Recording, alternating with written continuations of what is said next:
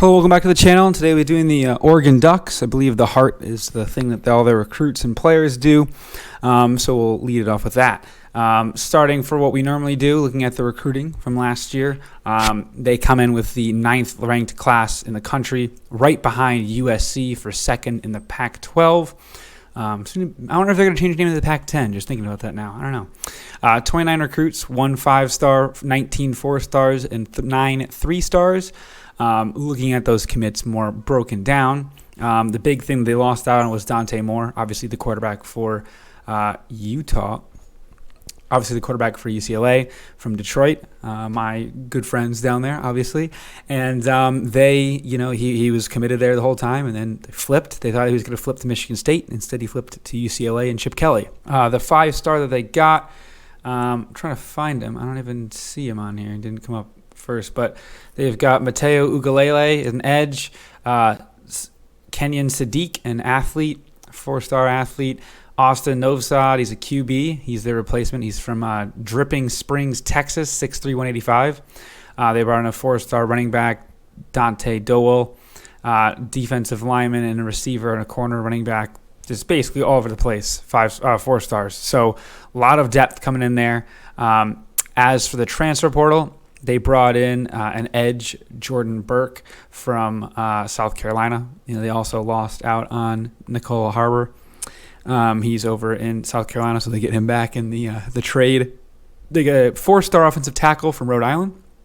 They lost Dante Thornton going to Tennessee. Big loss for them on the edge, but they bring in Trayshawn Holden, a receiver from Alabama, to kind of replace that. But they brought in a ton of defensive help. All across the board, a lot of defensive guys came in. And they have a lot of portal guys that are going to be making some pretty big impacts immediately, mostly on their defense.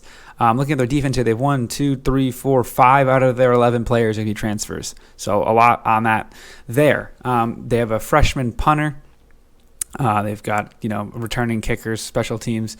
As for their offense, it all begins and ends with Bo Nix. This will be his final season in college football after, I think, 5 long years at Auburn and over in Oregon the last 2 seasons.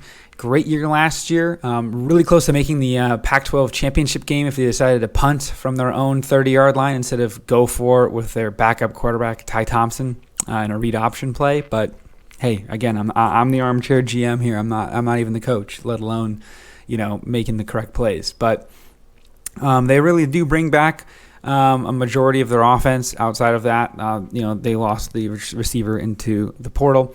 Their left guard is replaced by a transfer portal along with their right tackle. So a little bit change up front, but same tight end, same quarterback. Bucky Irving, he's back as a running back. Great running back. So really good quarterback-running back duo.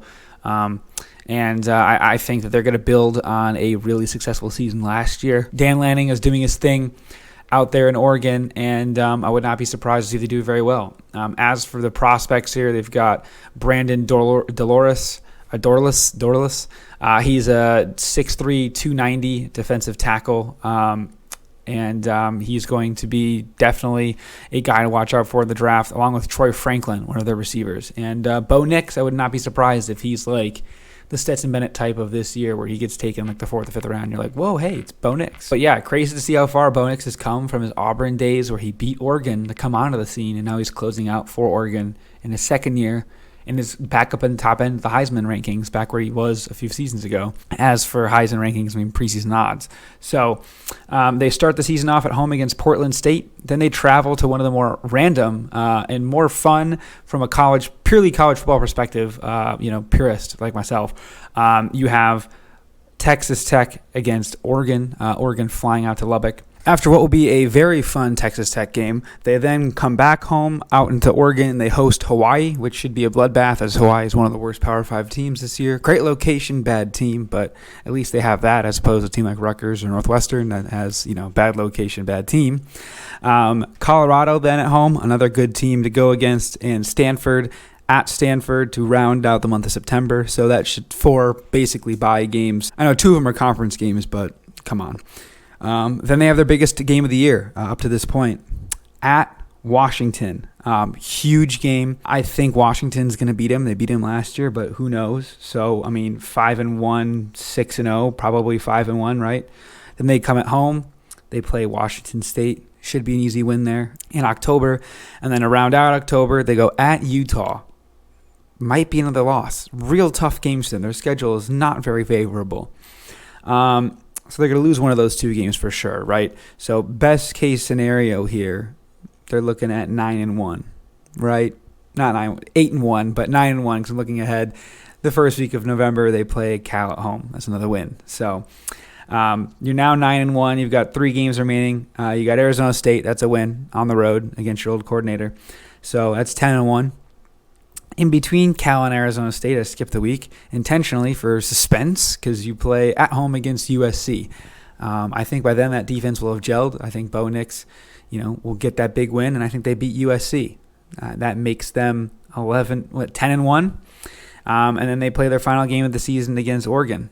And against Oregon State, in the Civil War. They don't call it the Civil War anymore because they're canceling all the nicknames, but the Civil War. And they're winning that game as well. But realistically speaking, I think they lose against Utah and Washington, so we're going to call them 10-2. Is this good enough?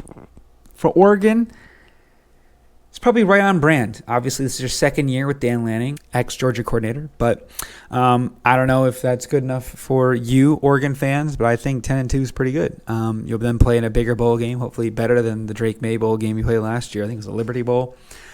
Great game, but the fact that you barely beat the Tar Heels is tough for you guys. But that's all I got for now. I know it's a bit of a shorter video, but just want to get it going. Probably the last week of videos. I might make another week after this, rounding out the rest of the teams and want to talk about in each conference. And but yeah, let me know down below what you think. If you think Oregon can make the playoff, I know no one's really talking about them. It's kind of like USC. And then the sexy name is Washington. I know I'm predicting Washington, but I think Utah and Oregon are definitely in that conversation. So, it's a big four in the Pac-12, and we'll see what happens. Obviously they're going to lose a bit, but they lose 2 good teams that they have to go against next year. So maybe 2024 is their season with the expanded playoff. Let me know down below that in the comments as well. But thank you all for watching.